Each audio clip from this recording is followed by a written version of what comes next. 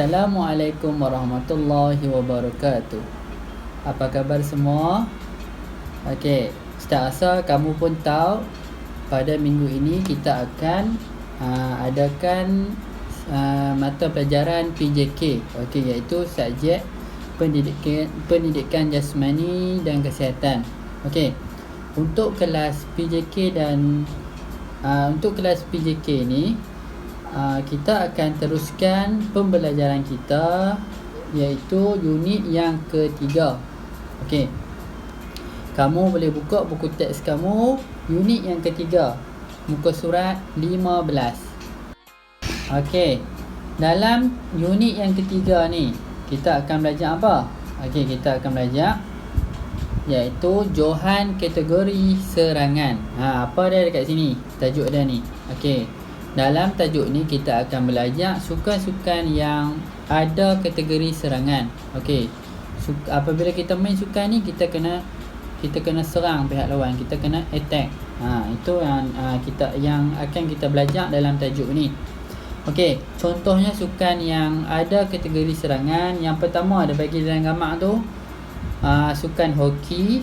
Sukan hoki yang guna kayu tu.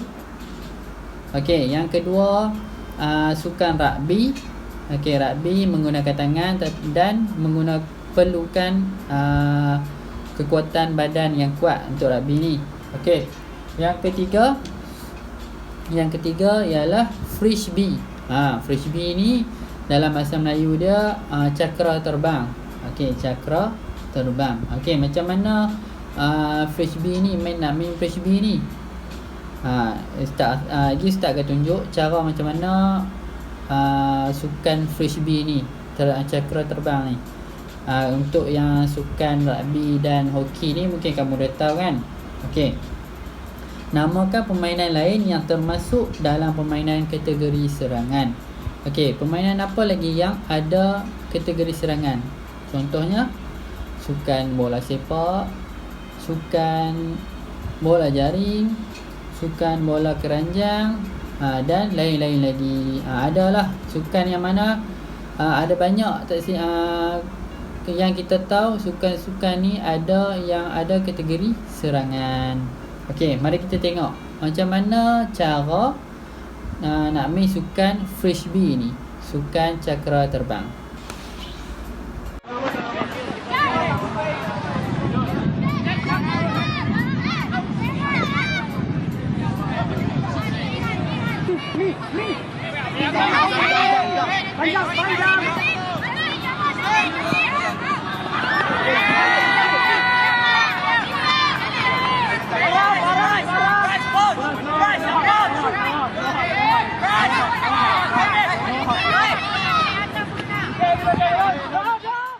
Baik, subtopik yang kedua, muka surat 16. Okey. Muka surat ni kita akan belajar tajuk jauh dan dekat. Kamu dikehendaki mendengar apa yang Ustaz baca dan teliti dengan betul-betul.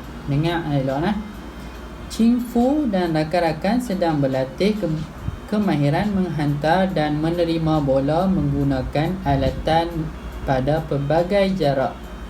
Kemahiran menghantar dan menerima bola digunakan untuk menggerakkan bola dengan pantas ke kawasan lawan.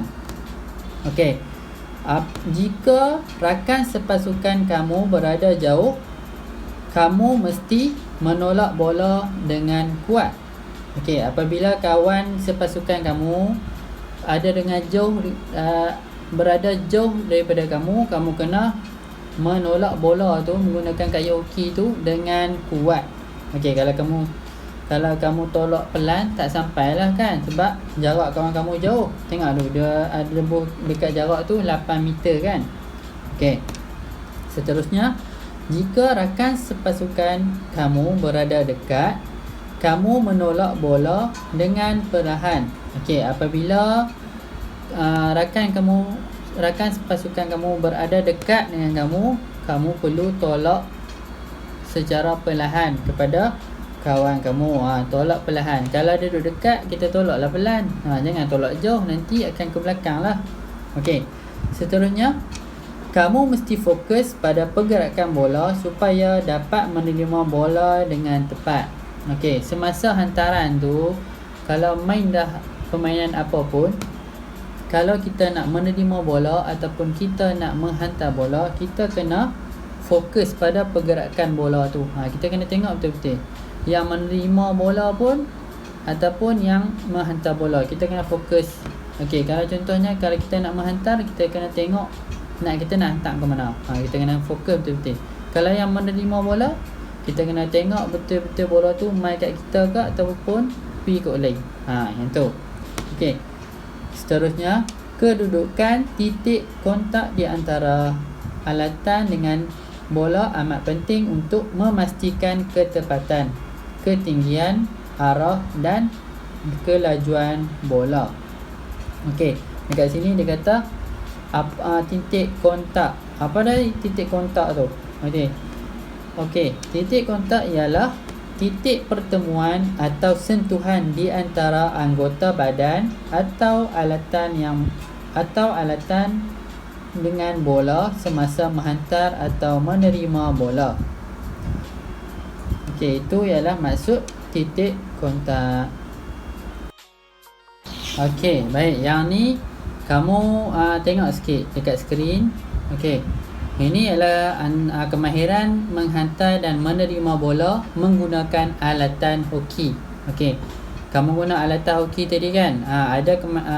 Kita perlu kemahiran untuk menggunakan kayu hoki ni. Dia selalu kita main bola sepak, kita tak guna alatan kan? Nak hantar, nak menerima tak perlu alatan. Okey, kalau hoki kita menggunakan kayu hoki tu. Disebabkan kita guna kayu hoki tu, kita kena ada kemahiran untuk menggunakan kayu hoki tu. Okey, dia ada dua cara menghantar bola.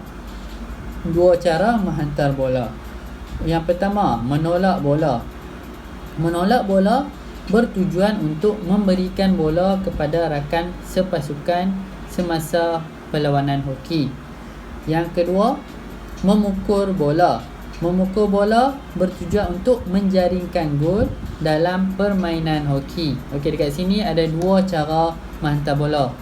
Yang pertama dia kata menolak bola. Okey, istilah menolak bola nak bagi kamu senang faham. Menolak bola ialah dia passing dekat kawan dia. Dia pass dekat kawan dia. Yang tu maksud menolak bola. Yang kedua ialah memukul bola. Okey, maksud memukul bola ialah menjaringkan gol.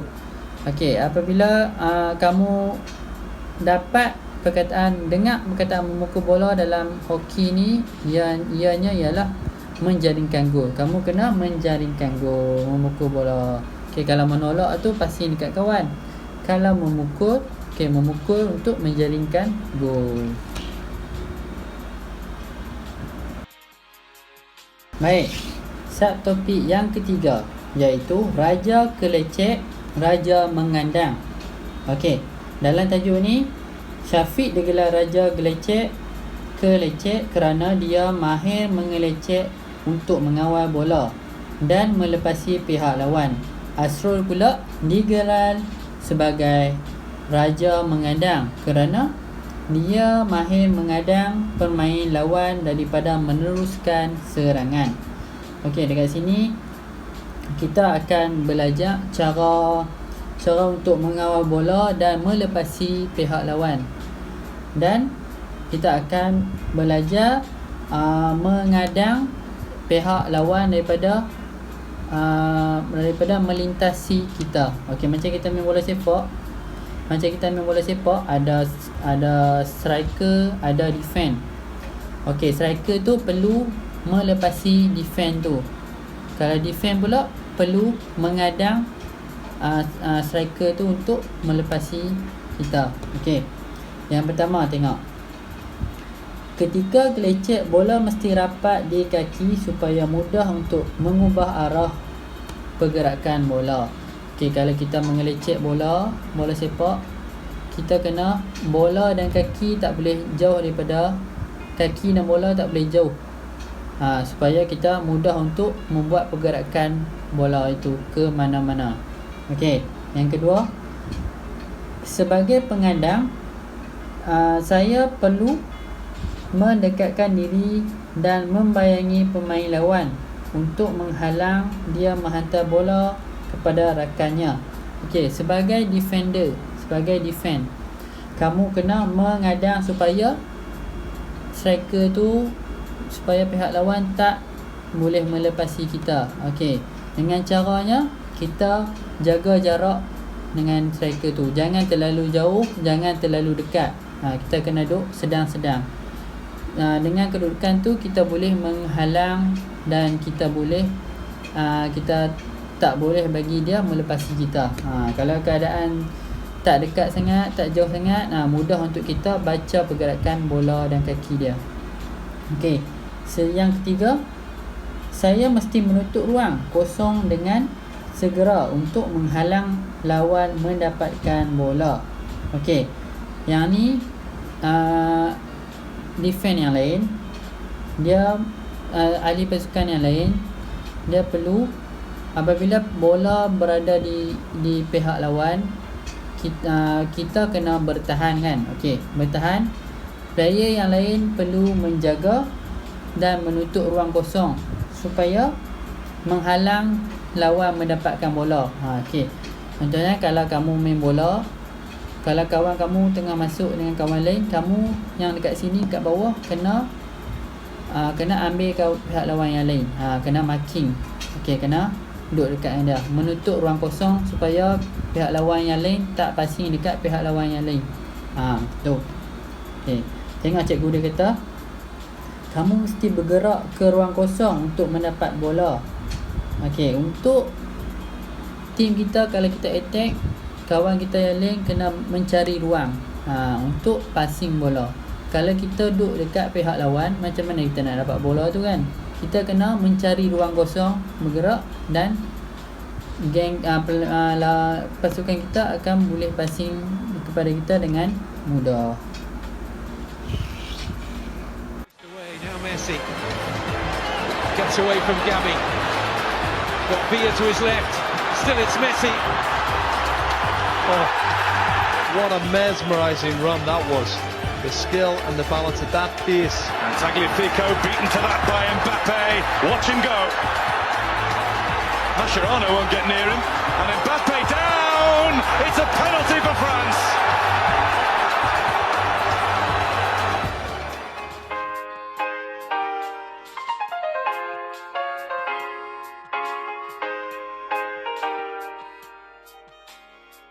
Baik, topik yang seterusnya iaitu pantas, pintas, cepat tackle. Okey, yang ni kita akan belajar cara untuk memintas, mengambil bola daripada pihak lawan, memintas pihak lawan. Okey, memintas ialah satu posisi apabila pemain pasukan lawan memintas untuk mendapatkan bola bagi mengatasi pasukan lawan. Okey, setiap pemain mesti bergerak untuk mencari ruang kosong bagi menerima hantaran. Pemain akan cuba untuk mencari ruang kosong untuk melepaskan diri daripada kawalan pasukan lawan untuk mengelak melompat atau menukar haluan semasa berlari. Manakala sewaktu bertahan, pemain hendaklah memintas pasukan lawan daripada membuat hantaran atau jaringan. Okey. Dekat sini dia kata sewaktu bertahan, pemain hendaklah memintas pihak lawan. Defend ni kena pintas pihak lawan untuk mendapatkan bola itu. Bagi pemain yang membuat pertahanan, kita hendaklah bijak untuk mengawal lawan. Ketika mengawal lawan, kita masing-masing yang akan sentiasa untuk merampas bola. Okey, sebagai pertahanan, defender, tak kira lah bola baling ke ataupun bola sepak, yang di posisi pertahanan, kita perlulah bijak menjaga jarak dan mengawal pihak lawan tu. Kena tengok betul-betul ke mana dia nak lari. Masa geng mereka hantar kat mereka, barulah kita pintas. Waktu itulah function tugasan defender. Baik, topik yang terakhir iaitu jaringan tepat. Okey, yang ni untuk striker. Untuk penyerang. Okey. Mari kita tengok kemahiran untuk menjaringkan gol. Okey, untuk menjaringkan gol, kemahiran menjaringkan gol merupakan kemahiran yang sangat penting dalam suatu pasukan. Okey, untuk dalam satu pasukan ni kena ada penyerang. Okey, yang dikatakan kemahiran menjaringkan gol ni ialah perlu ada pada striker, mesti ada. Sebab apa dia kena ada kemahiran menyerang? Sebab dia seorang striker. Kamu tahu kan, kalau dalam bola sepak ataupun bola jaring, striker kena ada untuk menjaringkan gol. Yang kedua, kekuatan, kelajuan, ketepatan sasaran dan masa adalah antara kualiti utama yang perlu ada pada pemain yang ditugaskan untuk menjaringkan gol. Okey, untuk jadi seorang striker yang terbaik bukanlah mudah. Yang perlu ada kepada striker ni, yang pertama dia perlu ada kekuatan. Okey, nak sepak bola, nak shield, nak dribble, kena ada kekuatan dan ada kelajuan, ada ketepatan untuk sepak bola, kena tepat lah. Okey, dan masa yang sasaran dan masa adalah antara kualiti utama. Okey, masa, ketepatan sasaran dan masa. Okey, masa, kecepatan tu, kepantasan tu kena cepat untuk menyerang, kelajuan lah. Okey, yang ketiga, penjaring gol perlu mempunyai ketakasan pemikiran dan tindakan. Okey, untuk striker ni dia kena bukan saja kena laju, kena kuat, kena cepat, kena tepat, tapi dia juga kena pemikiran yang cepat dan tangkas. Kalau striker ni, apabila kawan dia bagi dekat dia, apa dia nak kena buat? Dia nak kena bawa dulu ke ataupun dia nak kena sepak terus? Itu yang dikatakan perlu ketakasan pemikiran. Bijak merebut peluang dan bijak memintas, tahan lasak dan tidak mudah putus asa untuk menjaringkan gol.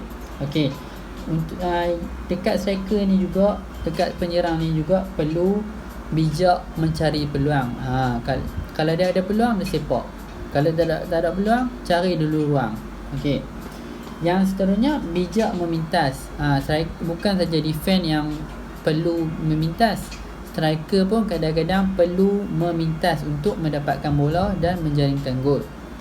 Dan yang terakhir sekali, striker tidak boleh mudah putus asa. Walaupun dia tak dapat bola, walaupun dia sepak tak masuk gol, dia sepak keeper tahan ke apa ke, dia tak boleh berputus asa. Dia kena tetap menjadikan gol.